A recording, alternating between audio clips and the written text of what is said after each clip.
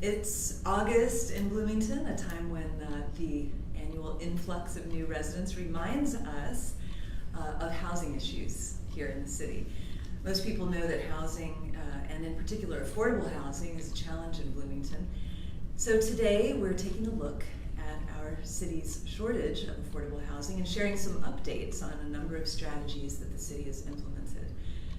We'll be talking about progress that we've made and plans in the works, including several pilot programs to make it easier for those who want to live in Bloomington to do so. I'm Yael, Ksander, the city's communication director, and joining us today are the members of the city's affordable housing team, along with Mayor John Hamilton. Welcome, Mayor. Thanks.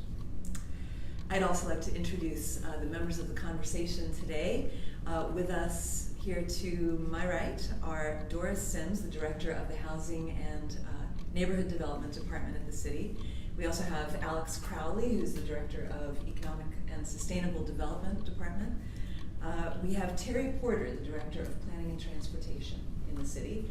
And to my immediate right is Amber Skoby, the director of the Bloomington Housing Authority. So to get the conversation started, Mayor, we recall that in 2016, when you came into office, you proposed addressing some of the factors that contribute to the affordable housing shortage with policy that would shape the future development of affordable housing in the city. So why don't you get us started with an update on what we've been doing and some of the exciting things that we're sharing today. Sure. Thanks, Yael, and all of us for being here. Thank you all for dealing with a great big ocean liner that's hard to change because developments take years, there's patterns that happen, but we are moving and we've got to keep moving the direction of this.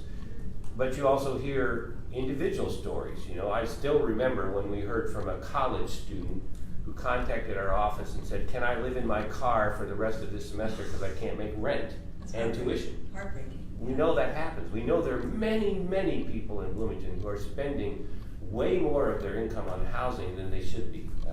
It's just not affordable. So it's a huge issue. It's our community is the most expensive community in the state for rental and ownership housing, and that reflects the fact that it's a great community to be in, and people will pay a lot of money to be here. It reflects the fact of the university and the impact of that. But it's really important to work on, and I'm really proud of the team that's working on this every day, evenings too, sometimes long days to try to wrestle with this. So today we're going to try to talk some about where we've come in 16 and 17 and now into 18, what we've been doing, and then also talk about some things where we're headed. And you know, it's never enough, but I'm proud that in the first 2 years, we now know that there are 422 bedrooms, that's how we count them in Bloomington, not just units, 422 bedrooms of affordable housing that we've been able to attract and invest in or get others to invest in, covering people from seniors on Medicaid who haven't had a chance to have a place here like at Evergreen, to chronically disabled and homeless who are now housed in Crawford, to workforce, working families or working couples or individuals who can be at Urban Station or other places. And so that's about 15% of the total units, bedrooms that got built or approved. 15% of them have been affordable. That's a good step. That's a good first thing. We've also done some serious work with the City Council to help do new things like approve accessory dwelling units, so that people can age in place, so that a person could maybe find a small place that's more affordable right in that walkable downtown area. We're continuing to support cooperative housing and co-housing and new approaches like that. We modified the downtown overlay late last year because too many people were building by right and doing things that weren't supported for money. So I don't want to get into all the details. All these people know a lot more than I do about it. Bloomington Housing Authority is doing some really exciting things to help. You know, a lot of us don't know that every night, and I don't know the exact number, and Amber may or may not, I don't know the exact number, but every night thousands, more than 2,000 people are sleeping in our community in public housing, with public housing support through Section 8 and through our housing. And that's a good thing to help those families. We can do better and Amber and the Housing Authority are doing some exciting things. So, we have to wrestle with this problem. We have to make Bloomington a place that can welcome, a young artist who wants to come here, or a young person working in the hospitality industry and be able to form here. New families who are working here and want to live in the city, to enjoy all the great stuff. And we've seen around the country, if you don't get into this problem and wrestle with it, you really can price people right out of your community. And we that happens now in Bloomington already. But we're wrestling with what are the many steps we can try to take to move that ship, get it in a better direction. So let's go into more details, I guess. Yeah, and it's exciting to talk about the various strategies that we're employing, both at the planning level, also by leveraging federal funds and local funds, and some of the incentives that we can offer to developers who might otherwise not think about developing affordable housing. Alex, so you are occupied with the economic affairs of the city. Maybe you can give us a little bit of insight and some comparisons for the kind of situation that we're dealing with here in Bloomington in terms of our affordability. Why is it that we're dealing with this particular set of challenges here, and what are other communities similar to ours doing about it? Well, so let's talk about what it means to have affordable housing first, because we used to ground ourselves. So, I mean, in the end, it's a very complex problem that's very simply explained with the following two inputs. One is, what is the cost of housing? And two is, what are you making? And how do the two match up? So HUD uses a threshold of 30%. It basically says that if you're spending more than 30% of your gross income on housing, which includes utilities as well, then you are exceeding what you should be spending, and you become what's called cost burdened. So affordability is not just a problem at the very lowest levels of income, it actually is a problem across all income levels. There are federal programs that target the lower end of income, which is typically referred to as sort of 60% of the area median income. They tend to drop off, though. Sometimes they go up to 80% of the income levels, area median income. But after that, it gets a little bit less well-funded from a federal perspective. So we think about affordability both in those lower income brackets, but also in the brackets that exceed that. So what we refer to as workforce housing tends to pick up at around 80% of the area median income, which is Bloomington about $38,000. When you say workforce housing, would you define that term? Well, it's really housing that is affordable to people who are, working regular jobs, right? And that could be everything from cops and teachers, the retail services industry, people working on manufacturing floors. There's a whole group that falls inside of that income band that is being priced out by some of the housing prices. I'll get into that a little bit. But its affordability really goes up pretty high in terms of the income levels that people are making and being able to match them against what we have as inventory in Bloomington. So that's the income challenge. Bloomington has wage growth challenges. The mayor put together a task force in 2016 with recommendations on how to address that. We're working on that from an economic development perspective. So that's the one half of the equation. The other half of the equation is, what are the housing prices? And if you look at single family homes in Monroe County, those have increased year over year. Most recently, there was a study by the Indiana Association of Realtors that pointed to an 18% increase in single family home prices. 18%. 18%. 1 year. Median home sales prices in 1 year.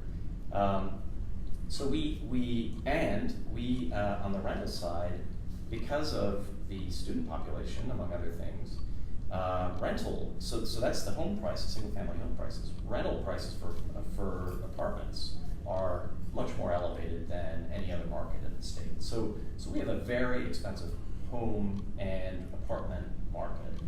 And so when we talk about affordability, it's trying to look at both how do you address the income and wage challenge, but also what do you do about the rent and purchase price issues that are happening. Well, let's talk about some of the solutions before we already have a pretty lively audience here and some questions coming in. But let's go back to some of those points you were making, Mayor, about the investment that we're making in affordable housing. Maybe we can start with some of the, it's up to you guys. We can start with some of those units that we've added and what we're doing for people who are at that 60% or lower AMI, or some of the other investments we're doing, things we're doing in terms of planning. So yes, so in the area of housing units that we've added, we've worked in adding units for those who are homeless, which was Crawford 2.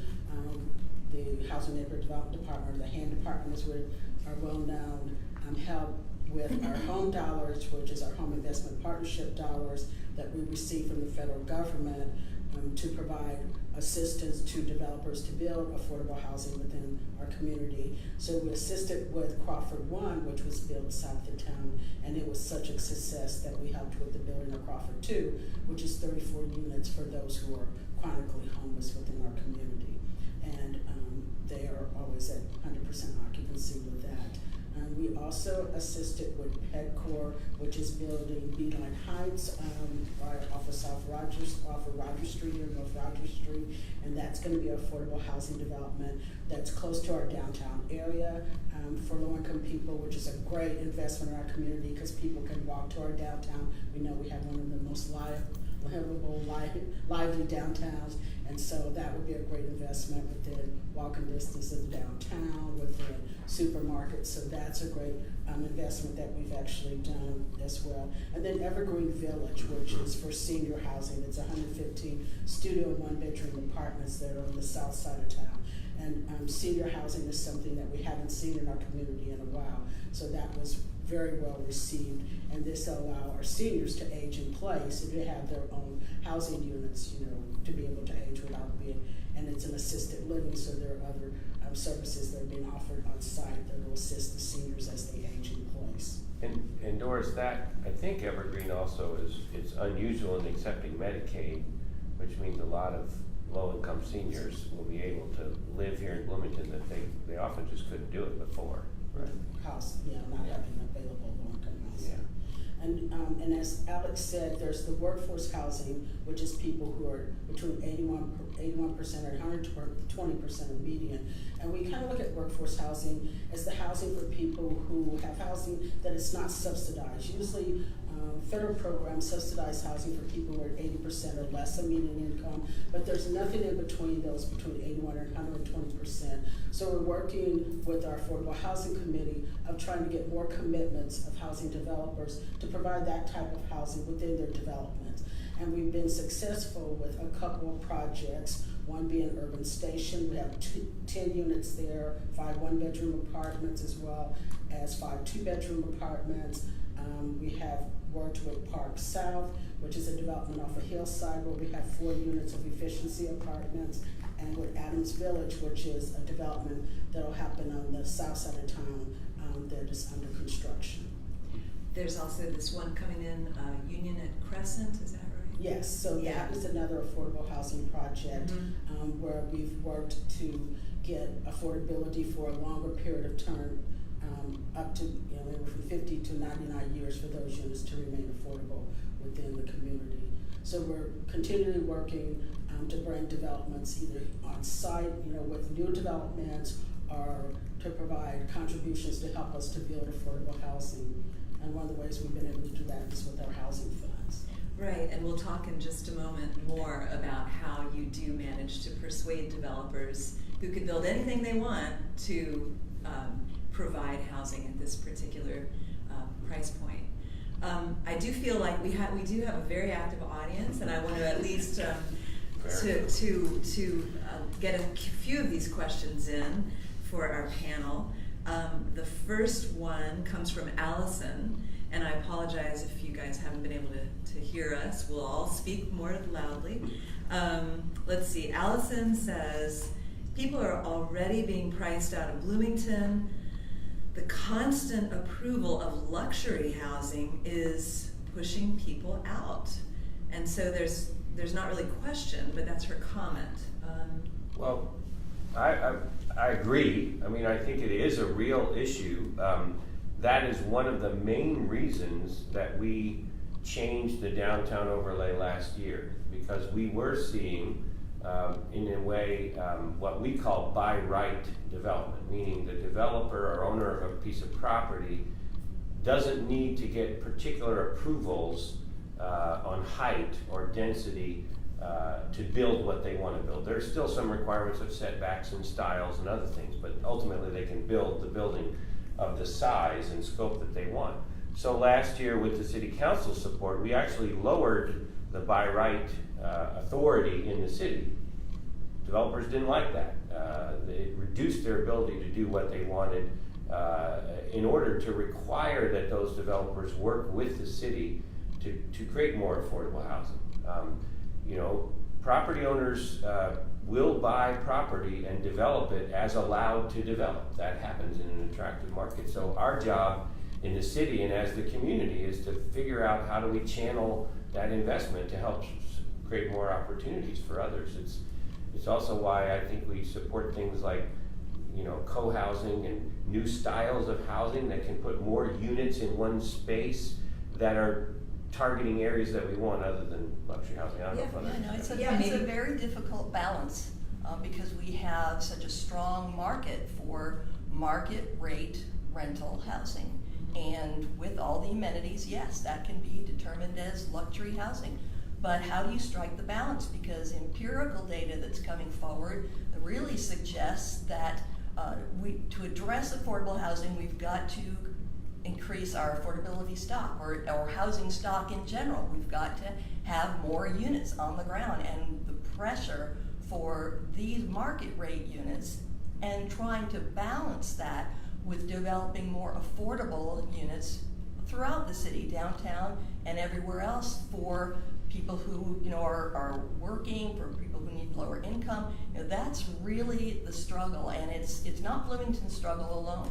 It's a national issue, and from the planning perspective, city plans are just now coming along. The larger cities have been more involved, but they're just now coming along to where they're trying to address these challenges. But it's very difficult. There's no easy answer. And a question that we've just received actually speaks to that issue from Ian, who says we need to expand the amount of housing in our community faster than population growth. So he's just talking about supply alone, which is sort of the point that you're bringing up. And then he says, based on population growth, how many additional units will we need over the next 10 years? What will it take to ensure those units and more are built? And he's not discriminating among affordable versus market rate, workforce versus market rate.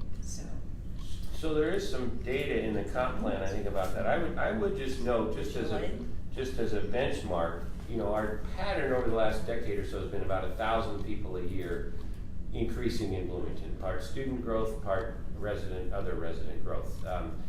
If you take that as the pattern, the fact that we've built and approved 2,800 bedrooms in the last 2 years means maybe we got a little bit ahead of that. If there were 2,000 people and we did 2,800 bedrooms, maybe we're chipping away at that.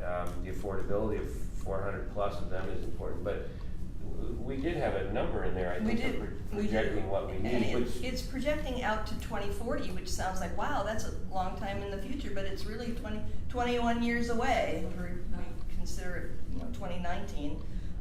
Projected housing needs are well over 12,000 additional units to meet the needs for the growing population in Bloomington. And to also try to keep up with the housing units that will need to be renovated to meet code. And that's another 2,700 units. So yeah, it's a challenge. We're busy. We're busy. And we have mechanisms within our system that allow for that renovation. I want to actually give the floor to someone who hasn't spoken yet, Amber Skoby, who is the director of the Bloomington Housing Authority. And there is an exciting new structure in place that's going to allow us to start to take care of some of the public housing that's sorely in need of it. Can I just do one? Sure. I'm sorry, but I'm so proud of what the Housing Authority is doing. We're kind of shifting from what we've been doing, where we are, the status of what we've done in 16 and 17, to really looking at some next efforts and next stages of things. And Bloomington Housing Authority, which is really an anchor and gem in our community, has really, Amber, you've been there leading it now for a year plus? Year plus, and has really got some exciting opportunities for this important part of our city going forward, looking forward now. Sure. The Housing Authority has had a presence in this area in Monroe County for over 50 years now. Our two main programs are public housing and our Housing Choice Voucher program. We currently own and operate 312 units of low-income public housing. And you can imagine some of them, especially our Crestmont community, is 50 years old, and the amount of maintenance and upkeep that's needed. And our staff has been working really hard on doing renovations as the money is available, and just trying to continually improve both our Crestmont community, Reverend Butler, and Walnut Woods. But we recently had an assessment done, and it cited over $12 million in immediate physical improvement needs.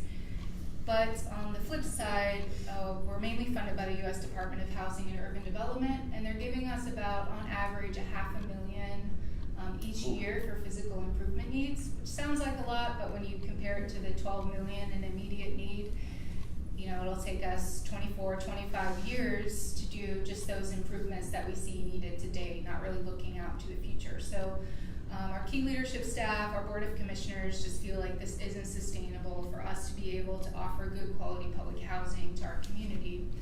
So we've been trying to look for a solution. We found one that will, you know, bring in the resources and capital needed to do those renovations in a much shorter time frame. And so the program is called the Rental Assistance Demonstration Program, or RAD. It's a HUD program. It was approved in 2012. And it, again, is a useful tool that allows housing authorities to kind of alter the way that they do their renovations, and that we can attract different sources of financing and capital, like low-income housing tax credits and different loan products that will allow us to do those $12 million renovations in a much shorter time frame. We're estimating about five years.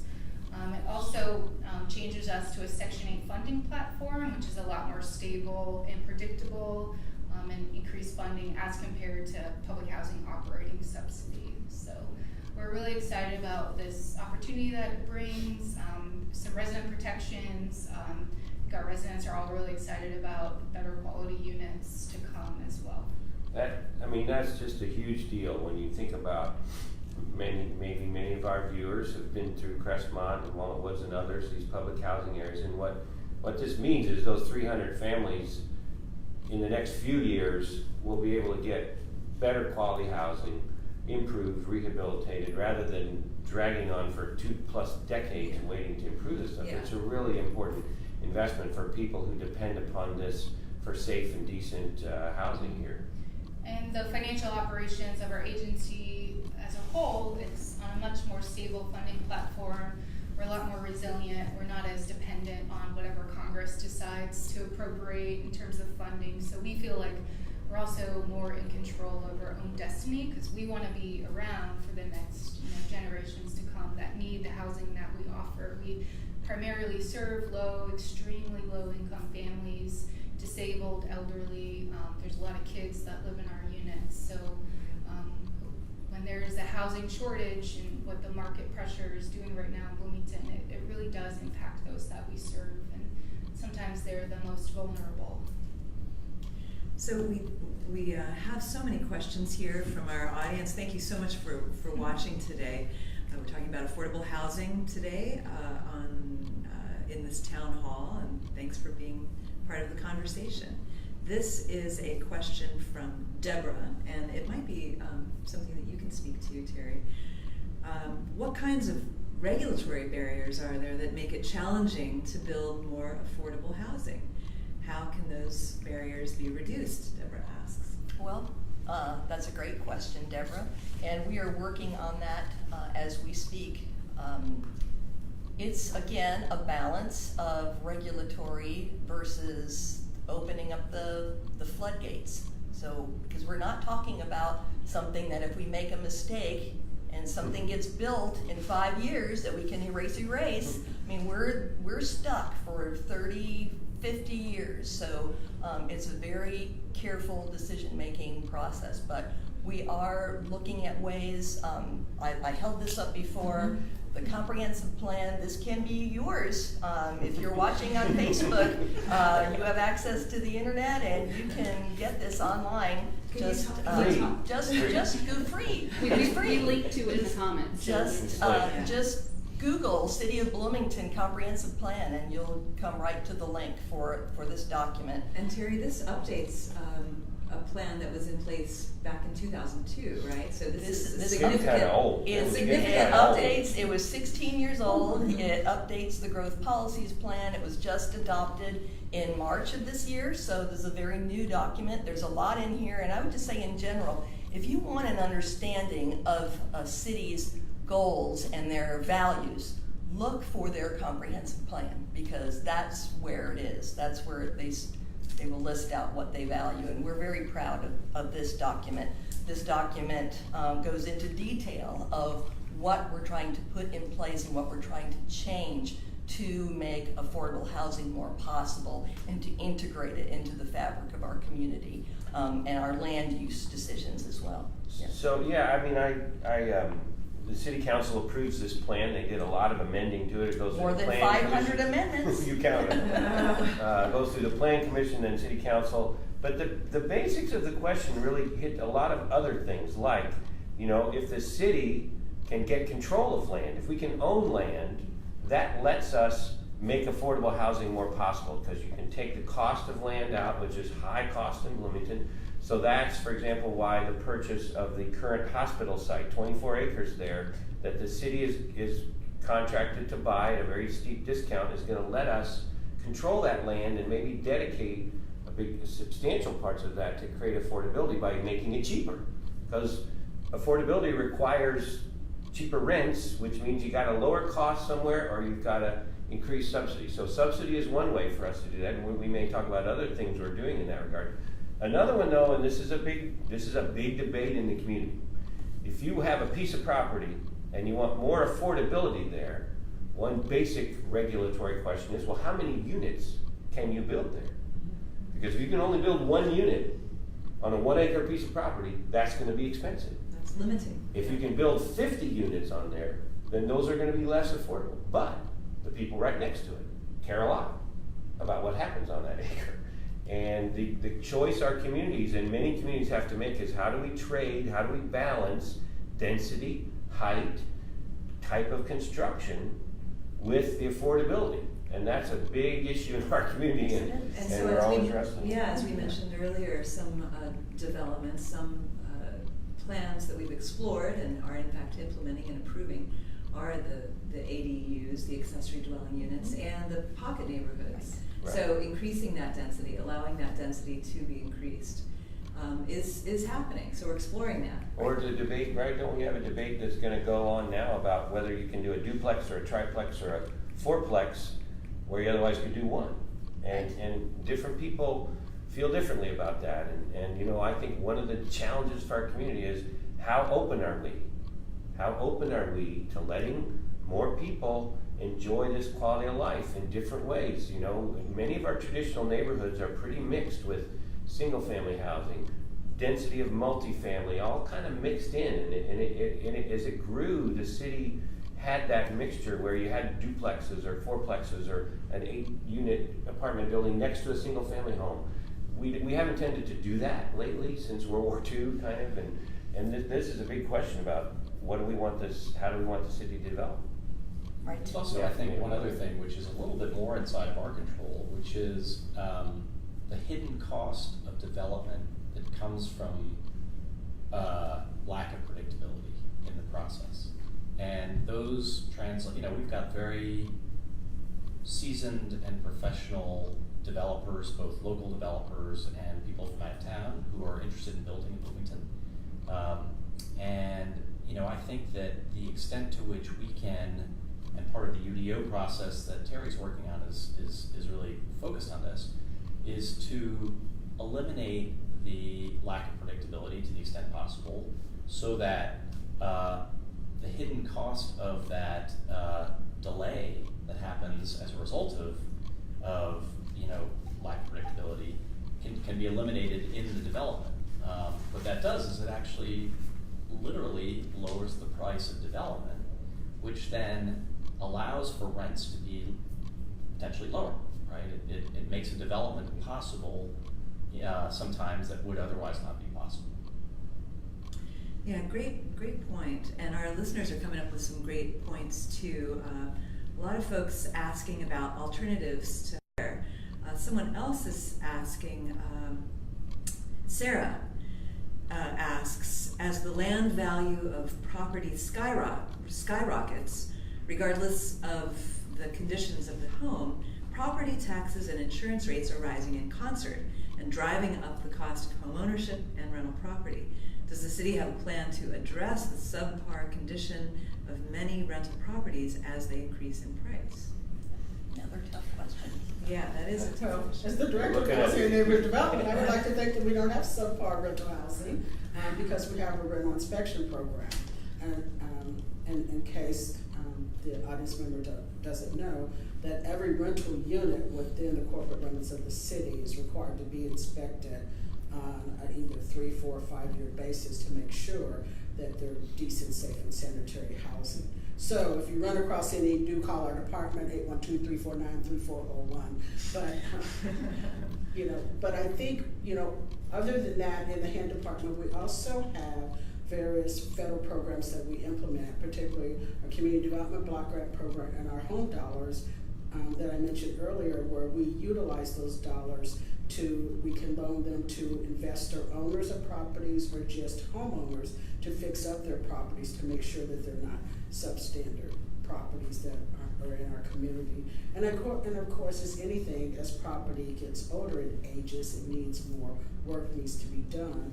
And so we have programs available to do that.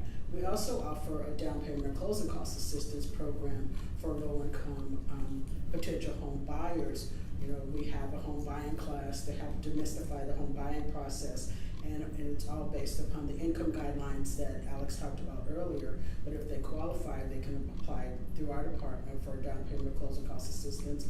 And then there's other programs out there to provide down payment and closing cost assistance as well for people interested in home ownership. Mm-hmm. And we might mention they're nonprofits that are pretty active in this too, right? Like Habitat and SIHO and CAB, and you work with them too, right, to help? Yeah, so Habitat for Humanity, of course, theirs is based on member families, but they can contact Habitat, and they're doing home ownership. In fact, the mayor and I met with the new Habitat director, and they're interested in increasing the amount of affordable housing that they build for home ownership here in our community, as well as SIHO, which is South Central Indian Housing Organization, which is a non-for-profit housing developer that was actually created by Amber's organization, the Bloomington Housing Authority, and their mission is to increase the amount of affordable housing. In fact, they're looking to build a low-income housing project that's near our newest park, Switchyard Park, to be called Switchyard Apartments, with land that was given to them on a 99-year lease by the City of Bloomington. So we're hoping that they'll be able to break ground sometime this fall on the first 8 units, and then there'll be 8 more units that will be built there on the site on South Rogers. Oh, that's a great point to bring up. And Marianne, thanks for watching, asks about partnering with Habitat. And it's important to point out that the city doesn't build things per se, but we set the stage for that. Amber builds some things. Amber does. Amber. We set the stage, and so that's the way provide those financial assistance, because in building affordable housing, it takes a multitude of layering of financing to be able to do that. So it's not just what we have and we bring to the table with our federal dollars, but with our local dollars, with our Housing Development Fund, but also the state of Indiana through the Low Income Housing Tax Credit Program, as well as the state has their Affordable Housing Fund, and then, members of the Federal Home Loan Bank locally with their Affordable Housing Funds. So there's different avenues out there for a developer who's interested in really building affordable housing that we can help and assist them and point them in the direction of funding levels that will be available. Well, And I just want to tack on to your comment about to make the development process more predictable, and you mentioned the UDO. The UDO is the update of the Unified Development Ordinance, and what that is, it's Title 20 of Bloomington's Municipal Code. And we're working right now, since we have so many people online, I want to take advantage, of another plug for a public process that we are updating the Unified Development Ordinance, and we are still taking public comments online. And if you Google City of Bloomington UDO update, you will get to the site where this document is available. This is Module 1, where we are looking at the specifics of how we can make development easier in Bloomington. And one of the tools, and I don't think that I can open right to it, but it's fine, is that we will have tables in here where a developer or anyone can look up, okay, I want to develop single-family housing and I want to find out how to do it. And so they'll get a table and a link on that, and up pops all the criteria that they need to know, the setbacks, the dimensions, the districts that they can build in, what the height limits are. All of it is all right there in one place rather than having to search through the entire document. And then the public process, if you go to that website, you can sign up for email updates. You can also submit comments at any time, and we send them directly onto our very experienced consultant who's working on this update. And our next round of public hearings will be in September 11th and 12th. We have all day, 2-day, and an evening meeting, and we publicize it to the best of our ability. If you sign up for an email, you'll get notifications of that. And we'll be very lively in September, because we'll be discussing dimensional and development standards. So please, please, please get involved. And if you have some ideas, we don't have all the answers. If you have some ideas, things you want us to think about, send us an email, give us a call. We really want to hear those ideas so that we can do a little research and see, okay, will that fit? So please, and I'll be quiet. Oh no, Terri, I do hope that you'll add one differentiation, which is for those who are uninitiated in these documents. Can you explain the difference between the comp plan and the UDO? Sure. Yeah. Just real quick. So the comp plan, for example, just an example, it says that we should adopt different types of housing to appeal to wider housing needs, to address those. And that would include, and we've already discussed, the accessory dwelling units, pocket neighborhoods, co-housing, so it's mentioned in here as a policy. So then what happens here is that, and what already has happened, is that ordinances were updated to allow for accessory dwelling units, to allow for tiny homes. Under zoning law. Under zoning law. Right. And those were not allowed before, but now, because we have updated parts of the UDO already, they are allowed. So this document enforces the vision and direction of the comp plan. Yeah. Okay. So the soul and then the guts. Yes. Maybe. There you go. Now, this might be a question for Alex from Nathan, who asks, for the funds being collected from developers who decided not to build affordable housing as part of their multifamily projects, will there be a grant application process? How will these funds be directed to serve affordable housing needs in Bloomington? Probably both of you. Yeah, so I mean, those funds are literally put into a housing development fund, which is one of about 5 or 6 tools that that we have to help to create incentives for developers to put affordable housing in place, either as part of a market rate development project or to bring in people who focus on affordable housing projects. So I'll give you an example. Well, first, the tools that we have include the Housing Development Fund, which is where money is collected from a developer that doesn't want to put it on sites. They're going to give money and make a charitable contribution to the Housing Development Fund. We have tax abatement. That's a tool that we use to help to create incentives for developers to carve out either part of their development or to actually, the entirety of the development. We have land value. The mayor talked about land value before. So one of the reasons why the city sometimes purchases land is to take the cost of land off the table, so we can actually leverage that and turn it into affordability, either by lowering the price of development and or attracting people who bring in certain types of projects.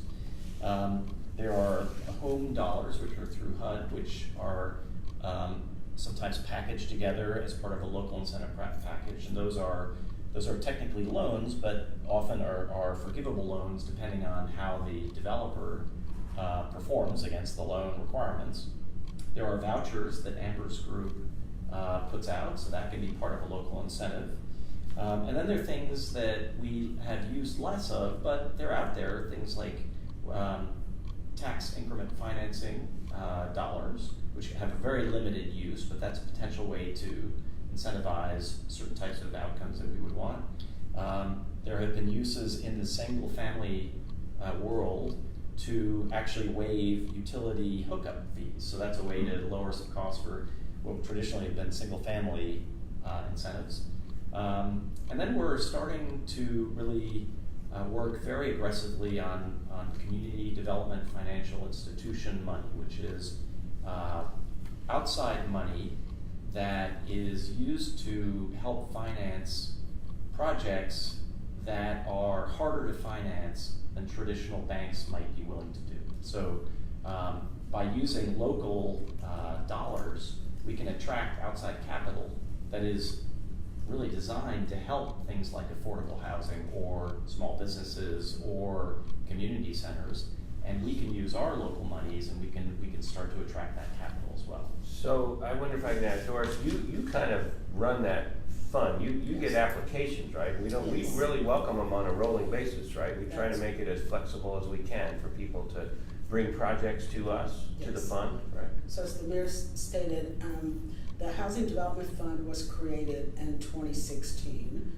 by ordinance, and it started with a contribution from a developer as well as funds from an older housing trust fund that the city had that was located with the Community Foundation. And we have actually developed an application, and we've received applications from developers who are interested in building affordable housing. One of them is the Crescent Road development that we spoke about earlier, as well as with the Sciho development that's going down near Switchyard Park. And we also received an application from a local cooperative living housing developer, a nonprofit here locally, which we helped to renovate 20 units for cooperative housing. So we do have an application already developed where we do take applications. Online, is it at hand, or So the they gotta call you to come visit you, Doris? They can come visit me. They can call me 812-349-3401. They can email me. They can look me up on the city's website, which is bloomington.in.gov/and or give me a call. We can talk about the fund, the application, the type of projects we funded in the past. Would it be all right to I talk about money for a minute? Would that be okay? Because money kind of drives a lot of this. Some people say it's not polite to talk about money, but today it's okay. Well, it may be a little news today too, but I think, as Doris mentioned, that we asked the City Council to create this new Housing Development Fund, which has become an important tool. $1.5 million have already come in to that fund and then back out to the community to support affordable housing, and so that's been a new source of money to support affordable housing. And really, as we're looking now to 2018 and 19, as we assemble what we're doing and planning to do, it's really another $6 million of local money, new efforts to support affordable housing that are a combination of continued support for the Housing Development Fund. I have asked and indicated that I believe some of that tax increment finance money that we have, that we use in many ways in the community to support economic growth and health and vitality, should be dedicated to housing. $3 million of that to be dedicated to housing, and then an additional $1.5 million that we think the community development financial industry can bring to us for a total of $6 million of new local money to support housing. We've never had anything like that before that I know of in this community, to try to bring that many millions of dollars together. And this is the team, along with our partners in the nonprofits and the other governments and private sector, that will be trying to use that money as well as we can to accelerate the 422 bedrooms that we did in 16-17 to do more in 18 and 19. And that's that $6 million of new local money that we project being able to push into affordable housing, I hope will keep moving that big ship the right direction. Wow. Well, that's exciting, and Dave, who's watching us, also thinks that we're doing a good job. He wants to say thanks for all your work for the city. And then Dave says, I think one thing that's missing from debates about housing development is that building more housing, whether it's luxury apartments or quadplexes, etc., reduces the property tax rates we all pay, because the county can only collect an amount set by the state. So often opponents of development point to personal impacts without acknowledging the many benefits to the entire community. Yeah, so that's a tricky tax. I wondered whether we should try to explain it. I'll see if I can. That when you pay property tax, it's based on the assessed value of the whole area, and the assessed value is what all the buildings and properties worth. And we have a levy that's a dollar amount that gets collected each year. And the higher the assessed value, the lower percentage everybody pays, because that levy is spread over the whole assessed value. So actually, if a new $50 million property comes into Bloomington, it actually lowers relatively the property taxes of everybody else, because the levy is set against more higher value. So it is true that when you have more investment in value, it can be manufacturing, it can be housing, other things. It actually reduces the percentage tax you pay on your own property. It can. Well, and more development also helps the community in that it puts downward pressure on pricing. If you have because more units. You have more supply, and when you have more supply, as long as you're outpacing your demand, then you actually will start to see a lowering of rents. Right, So, and it's a slow process. We have to emphasize that. That's the slow burn. And the We have theory. and the theory. But, Careful process. so we were talking earlier about not just folks at the 60% of AMI and not the luxury housing, but that missing middle. And Dave has a question. I don't know if it's the same Dave or another Dave, but Dave says, has the city looked at what South Bend has been doing to increase its supply of missing middle housing? He would love to see Bloomington do a similar study. They've also been doing some great things on demolishing and rehabbing vacant units throughout their city. Well, I do know South Bend had a project to demolish 1,000 vacant buildings and replace them. We don't have that problem. We do not have No, not exactly. any substantial amount of vacant buildings, so that's a very different economy, and it's the right thing to do, I think. It does prompt us to talk about the study that's coming up, which we haven't mentioned yet today. We have a lot of studies. We have a lot of data about housing. Amber gets data, Doris gets data, Terri gets data, Alex, you get data too about housing. We assemble it, but there is some interest in doing a more comprehensive look at the housing market that we have, and we have decided to work with Regional Opportunities Initiative, which is part of the Community Foundation locally, that's going to do a regional housing study, an economic study. And we've been working with them to say, well, let's put some extra effort in Bloomington, and we can put some resources in so that we get a strong new study of the housing status, challenges, opportunities in Bloomington. And I think, Doris, do we expect in the next few months maybe? Yeah, so REI, there currently has the RFP out and to developers and hope to choose a developer, and so then we will be able to then know what that that consultant will be, who will be working on that study, and then be able to work with them closer to identify more marketing, housing information specifically for Bloomington. Yeah, it is important that we evaluate Bloomington on its own terms because we are quite unlike some of the surrounding areas. And another question that we If I can received, also add please that do. just in terms Yeah. of just collecting information and understanding the dynamic of what's going on, I do want to give a sort of shout out to the Bloomington Economic Development Corporation, who's doing a panel at the end of August. They're focused on workforce housing, and they're particularly looking at single family housing, which we spend a lot of time talking about apartments and things like that, and certainly there are a lot of people who want to live in apartments, do live in apartments. 2/3 of us do in Bloomington.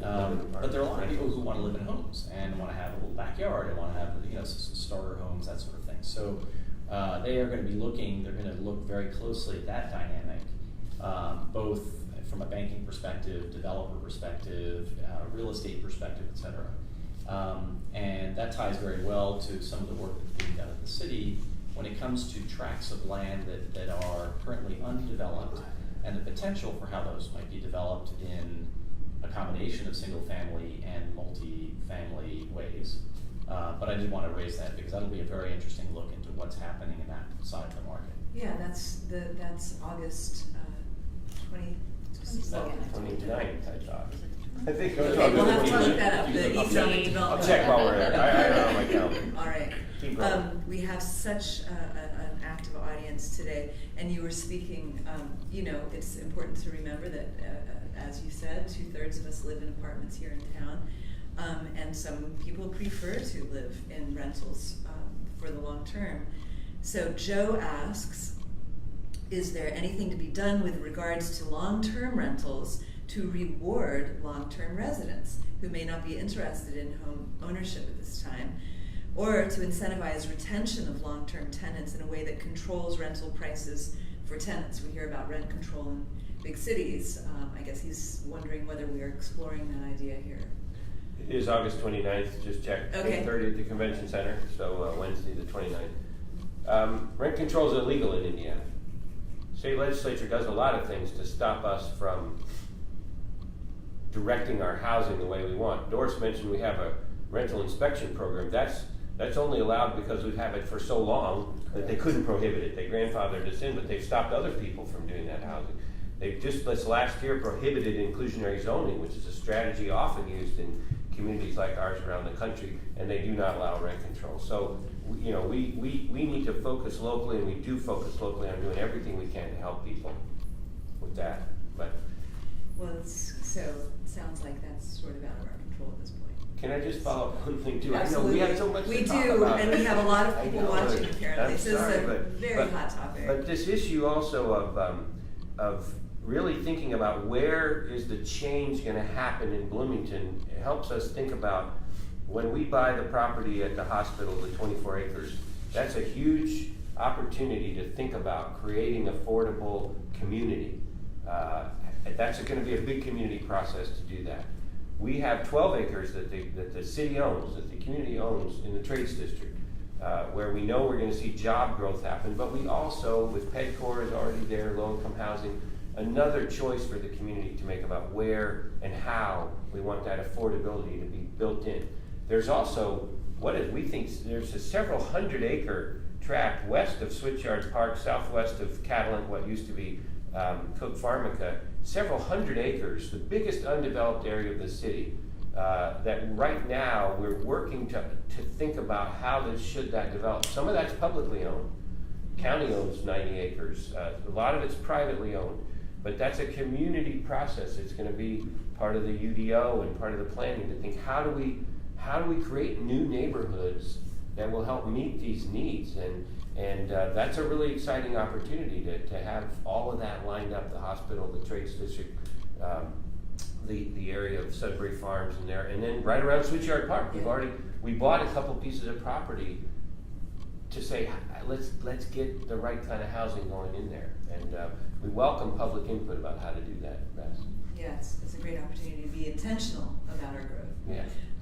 If I would add that when we talk about affordable housing, yes, we're not just talking about when we do development just for low income or just workforce, but we're also interested in market rate units as well.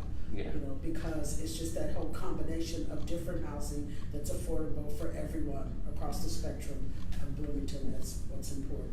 That's a really important point, Doris. We're talking about market rate affordable. We have 1,000 manufactured homes in the city of Bloomington. Some in really nice neighborhoods, others that need some work. That's market affordable for many people. We want to make sure the whole range of options of safe, decent housing, we continue to explore that. And one issue that we haven't talked about is the length of affordability. And I know we talk about that, it just hasn't come up, but communities, in my view, make mistakes when they do short-term affordable restrictions, because once we get an affordable unit, we want to make it permanently or very long-term affordable, so that we're not chasing our tail every 15 years, having something that was affordable become not affordable, and so we keep building up that asset. So we're working on that too. Right, so we have mechanisms to do that. Mm-hmm. Yeah. And so Tom, and we may choose to go a little longer to accommodate some of these questions, but we are coming up at the end of the hour. Tom says, broadly speaking, affordable housing in Bloomington is a twofold problem, only twofold. He says affordable housing for low-income working folks and affordable housing for college students, like the student who had to choose between education and sleeping in their car. These two groups are competing for the affordable housing stock, although some might argue that the students are have a different economic setup. Some of them do. The competition can give upward pressure to rentals and housing costs. How can we manage this competition? How to proportionately target some housing to one group or the other, or both? Well, I think it's a good point to recognize. I mean, people talk about student housing and immediately go to high luxury, Right. Throw in the widescreen TV, granite countertop. And there is a market, but it's a relatively smaller market that can afford to pay that. The majority of IU students and Ivy Tech students and other students living in Bloomington can't afford that, right? So his point is very well taken that there's no assumption that every student, if you're a student, then therefore you can afford the highest rentals. So yeah, there's an overlapping market.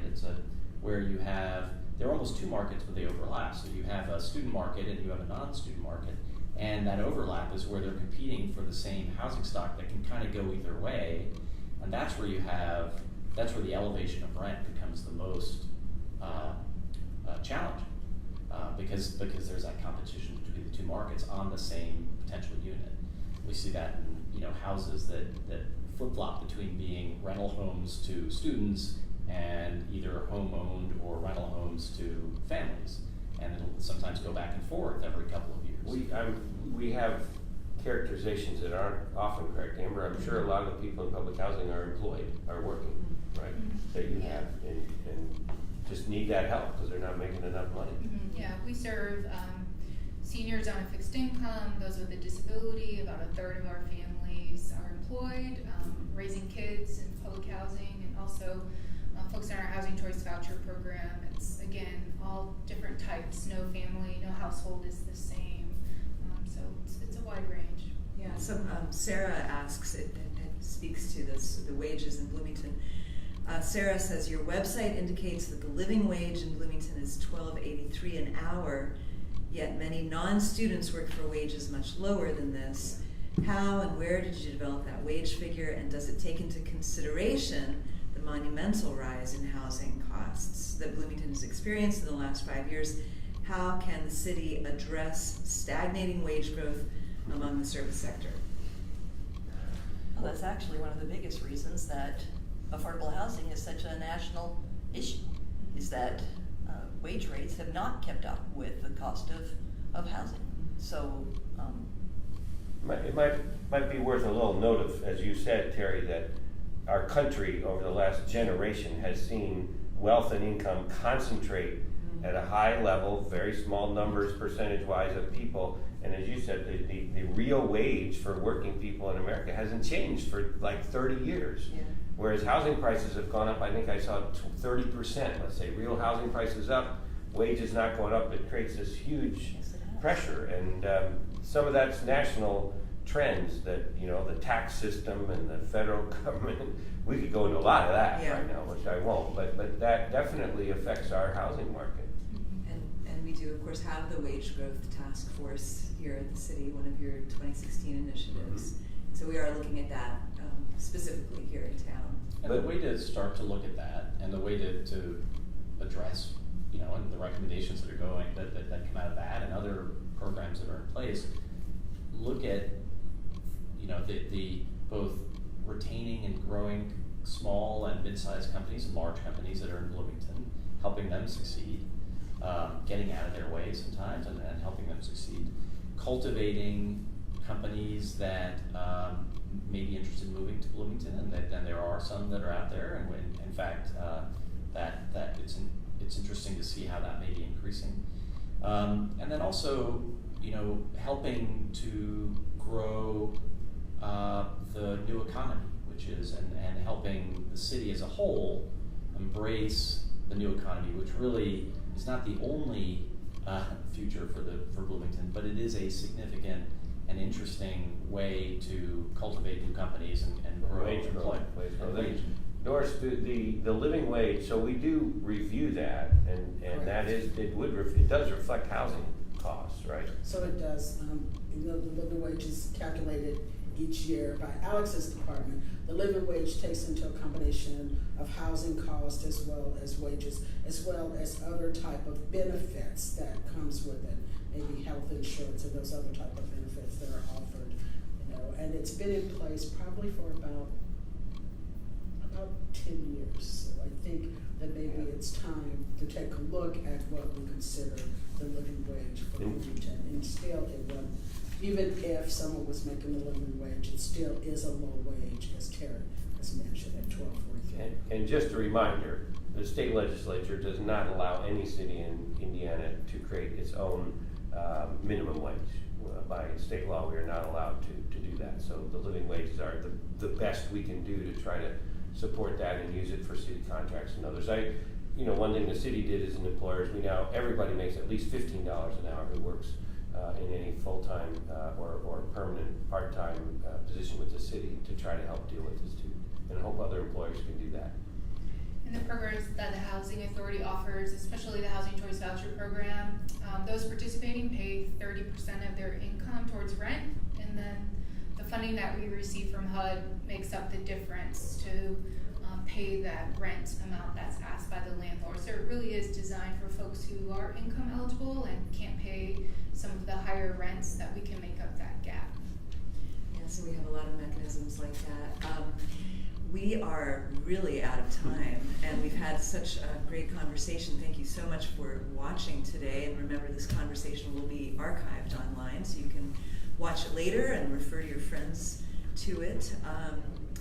I am going to leave it up to you, Mayor, to give a final statement about our conversation today. Well, thanks for everybody's patience. We went a little over. Thanks for this team of very dedicated people who are working every day.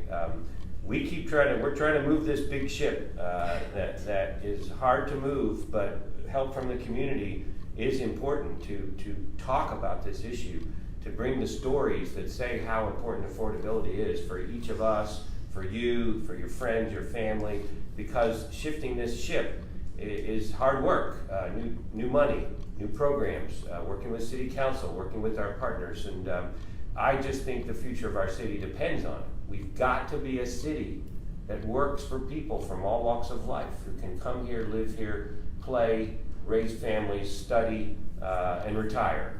And that's our commitment to try to make that possible for more and more people from all walks of life. And thanks everybody for your attention and for all the work you do every day. Thank you. Thank you. Yeah. Well, joining the conversation today have been Doris Sims, the Director of HAND, the Housing and Neighborhood Development, Alex Crowley, Director of Economic and Sustainable Development, Terri Porter, Director of Planning and Transportation, and Amber Skoby, the Director of the Bloomington Housing Authority, along with Mayor John Hamilton. I'm Yael Ksander. Thank you so much for watching today.